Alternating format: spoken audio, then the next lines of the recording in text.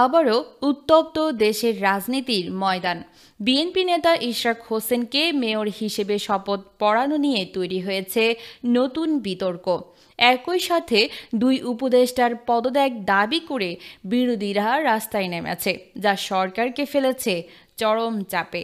এদিকে জোর গুঞ্জন পদত্যাগ করতে পারেন অন্তর্বর্তী সরকারের প্রধান উপদেষ্টা ডক্টর মোহাম্মদ ইউনূস। ঠিক এই টালমাটাল পরিস্থিতির মাঝেই হঠাৎ দেখা করলেন এনসিপির আহ্বায়ক নাহিদ ইসলাম। এরপর থেকেই রাজনৈতিক অঙ্গনে প্রশ্ন উঠছে, কোন পথে যাচ্ছে দেশের রাজনীতি?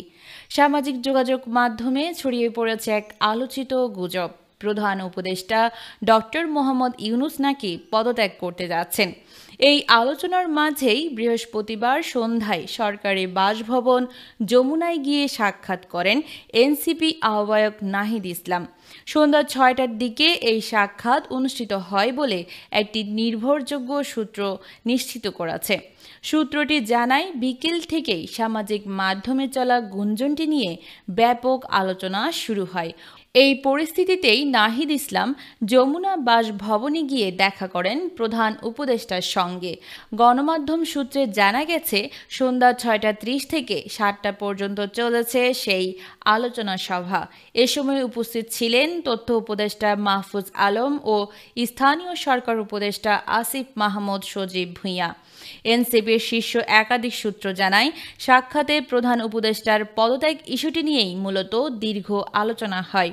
এ বিষয়ে গণমাধ্যমের পক্ষ থেকে জানতে চাওয়া হলে নাহিদ ইসলাম সাক্ষাতের বিষয়টি নিশ্চিত করলেও মন্তব্য করতে রাজি হননি।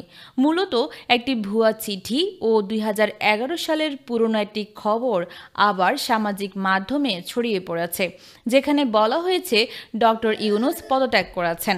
তবে অনুসন্ধানে জানা গেছে এই দুটি তথ্যই ভুয়া এবং বিভ্রান্তিকর। উদ্দেশ্যপ্রণোদিতভাবে জনমনে বিভ্রান্তি সৃষ্টির চেষ্টা চলছে।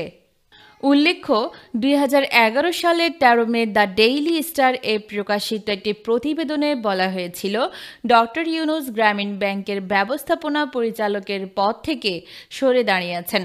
ঠিক সেই পুরনো প্রতিবেদনটিকেই ভিন্ন প্রেক্ষাপটে উপস্থাপন করে এখন বিভ্রান্তি ছড়ানো হচ্ছে, যেন তিনি অন্তর্বর্তী সরকারের দায়িত্ব থেকে পদত্যাগ করেছেন।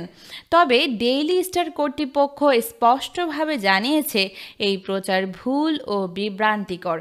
একটি পুরনো সংবাদকে নতুন করে উপস্থাপন করে জনমনে বিভ্রান্তির সৃষ্টির অপচেষ্টা চলছে।